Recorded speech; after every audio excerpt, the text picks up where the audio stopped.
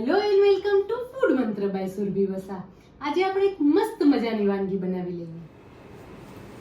એકદમ ટેસ્ટી એવા ચટપટા સેવ મમરા આપણે બનાવી લઈએ। એકદમ અલગ રીતે બનાવશું। એના માટે સૌથી પહેલા આપણે 1 ચમચી જેટલું તેલ લઈશું અને એમાં છે ને મમરાને શેકી લેવાના છે।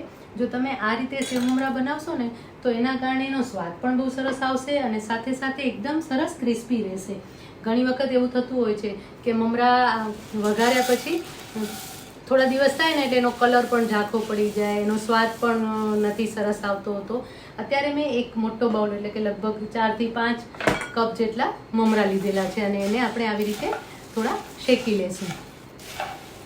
સ્લોથી મીડિયમ ફ્લેમ પર એને શેકવાના છે, બહુ ફાસ્ટ ફ્લેમ નથી રાખવાની। અને અત્યારે આપણે તેલ ઉમેર્યું ને એની અંદર કંઈ જ નથી ઉમેરવાનું, એટલે કે અત્યારે આપણે વઘાર તૈયાર નથી કરવાનો। આના પછી આપણે વઘાર તૈયાર કરીશું અને એની અંદર એવી રીતના મસાલા કરીશું કે જેના કારણે મમરાનો સ્વાદ બહુ જ સરસ લાગશે। અને મમરા તો બધાના મનપસંદ હોય છે, બધાને ભાવતા હોય છે, તો એકદમ ટેસ્ટી મમરા તૈયાર થશે। મમરા એકદમ સરસ કડક થઈ ગયા છે, તમે જોઈ શકો છો કે એકદમ સરસ કડક થઈ ગયા છે ને એના ઉપર તેલનું એક સરસ કોટિંગ પણ થઈ ગયું છે। હવે આ મમરા સરસ શેકાઈ ગયા છે, એનો વઘાર તૈયાર કરી લઈએ। આ પેનને આપણે સાઈડમાં મૂકી દઈશું। વઘાર તૈયાર કરવા માટે આપણે 2 ચમચી તેલ લઈશું।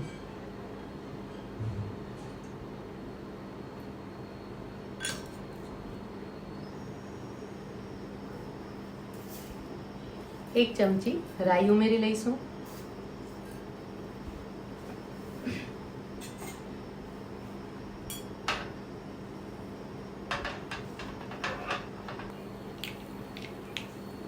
રાઈ ફૂટે એટલે એની અંદર આપણે 1/2 ટીસ્પૂન હિંગ ઉમેરીશું। 1 ચમચી હળદર ઉમેરી લેવાની છે, સાથે શિંગદાણા ઉમેરી લઈશું। 2 ચમચી જેટલા શિંગદાણા ઉમેરીશું અને 2 ચમચી દાળિયા ઉમેરી લઈશું। દાળિયા અને શિંગદાણા એ બંનેને સરસ ક્રિસ્પી કરી લેવાના છે, થોડા શેકાય ત્યાં સુધી આપણે એને તળી લેવાના છે।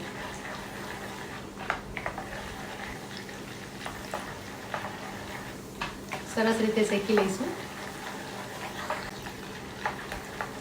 દાળિયા અને શિંગદાણા સરસ રીતે શેકાઈ ગયા છે।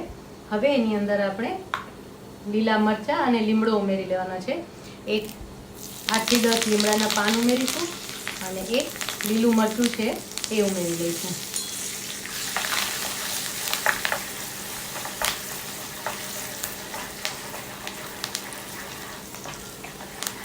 લીમડો અને લીલા મરચાં થોડા ક્રિસ્પી થઈ જવા જોઈએ, એનો ભેજ જતો રહેવો જોઈએ, એ રીતે આપણે એને તળી લેવાના છે, શેકી લેવાના છે। હવે આપણે ફ્લેમ ઓફ કરી દઈશું। એની અંદર બાકીના મસાલા આપણે એડ કરવાના છે। 5 ચમચી ગરમ મસાલો ઉમેરી લઈશું।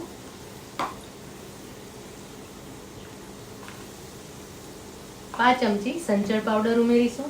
સંચળ પાવડરના કારણે એનો ચટપટો ટેસ્ટ બહુ જ સરસ લાગશે। 2 ચમચી દળેલી ખાંડ ઉમેરવાની છે, દળેલી ખાંડને લીધે પણ એનો સ્વાદ બહુ જ સરસ લાગે છે।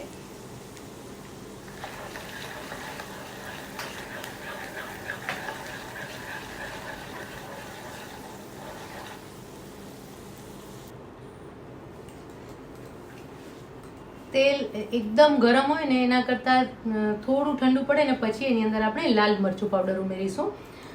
1 ટીસ્પૂન લાલ મરચું પાવડર ઉમેરીશું। એકદમ ગરમમાં તમે જો લાલ મરચું પાવડર ઉમેરશો ને તો કાળું પડી જશે અને એનો સ્વાદ અને કલર બંને બગડી જશે।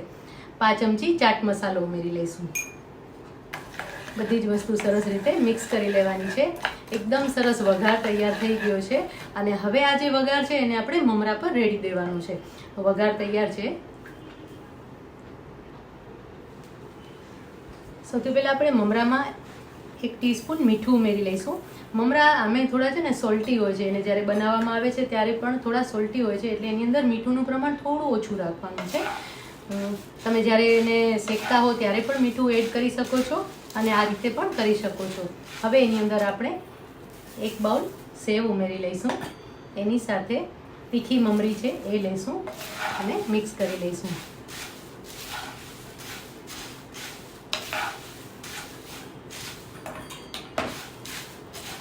હવે જે વઘાર તૈયાર કર્યો હતો એ થોડા પ્રમાણમાં ઉમેરતા જઈશું. મિક્સ કરી અને હલાવતા જઈશું.